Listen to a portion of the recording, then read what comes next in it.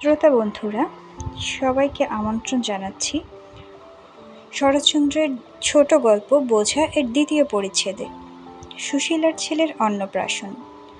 সুশীলা সরলার বড় দিদি, তাহার ছেলের ভাত। সুতরাং কামাক্ষাবাবু দৌহিত্রের অন্নপ্রাশন উপলক্ষে সরলাকে বাটি লইয়া যাইবার জন্য কলিকাতায় আসিলেন। সরলার দিদি সরলা ও সত্যেন্দ্রকে যাইবার জন্য বিশেষ অনুরোধ করিয়া পত্র লিখিয়াছে। বিশেষ সরলা প্রায় ৩ বৎসর যাবৎ দিলজানপুরে যায় নাই। সত্যেন্দ্র যখন যাইতে সম্মত হইল, তখন কামাক্ষাবাবু পরমানন্দে জামাতা কন্যা লইয়া দেশে আসিলেন। গৃহিণী বহু দিবসের পর তাহাদিগকে পাইয়া অত্যন্ত আহ্লাদিতা হইলেন। যাহার ছেলের ভাত, সে আসিয়া দুইজনকেই অনেক কথা শুনাইয়া দিল, অনেক রকমে আপ্যায়িত করিল। শুভকর্ম নির্বিঘ্নে সমাধা হইয়া যাইবার পর সত্যেন্দ্র বাটি যাইতে চাহিল, কিন্তু গৃহিণী তাহাতে বিশেষ আপত্তি করিলেন। বলিলেন, এতদিন পরে এসেছ, আরও কিছুদিন থাকতে হবে।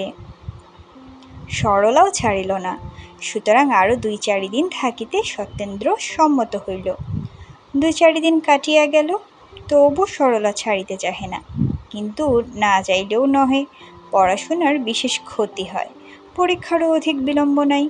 আসিবার সময় সরলা জিজ্ঞাসা করিল, আমাকে আবার কবে নিয়ে যাবে? সত্যেন্দ্র কহিল, যখন যাবে তখনই। তাহলে আমাকে 10-12 দিন পরেই নিয়ে যেও। সত্যেন্দ্র অতিশয় আহ্লাদিত হইল, সে এতটা ভাবে নাই। তখন অশ্রু জলের মধ্যে সরলা স্বামীকে বিদায় দিয়া হাসিয়া বলিল, দেখো, আমার জন্য যেন ভেবো না, আর রাত্রি পর্যন্ত পড়ে যেন অসুখ না হয়। রাত্রি 10টার অধিক না পড়িবার জন্য সরলা বিশেষ করিয়া মাথার দিব্য দিয়া দিল। কি একটা উদাস পাড়া প্রাণ লইয়া সত্যেন্দ্র সেদিন কলিকাতায় পৌঁছিল। সত্যেন্দ্রনাথ একখানা পুস্তক লইয়া বসিয়াছিল। পুস্তকের পৃষ্ঠার সহিত মনের একটা বিষম দ্বন্দ্বযুদ্ধ চলিয়াছিল। সত্যেন্দ্র গণিয়া দেখিল, সমস্ত দিনে মোটে ২৬ লাইন পড়া হইয়াছে। দুঃখিতভাবে সে ভাবিল, বাহ, এইরকম পড়লেই পাস হব। ক্রমে দুঃখ ঈষৎ ক্রোধে পরিণত হইল। সে ভাবিল, সমস্ত পোড়ামুখী সরর দোষ। এই 5 দিন এসেছি, একটুকুও পড়তে পারিনি।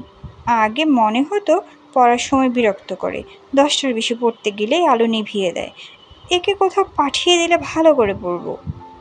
ঠিক বলছো, কালই তাকে আনতে যাব, না হলে লজ্জার খাতিরে কি ফেল হব?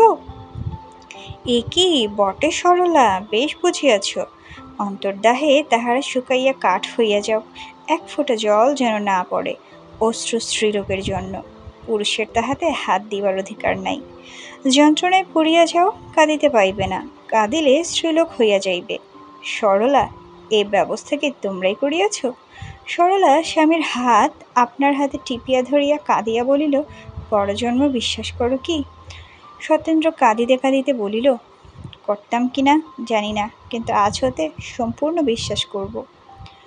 সরলার মুখে ঈষৎ হাসির চিহ্ন প্রকাশ পাইল।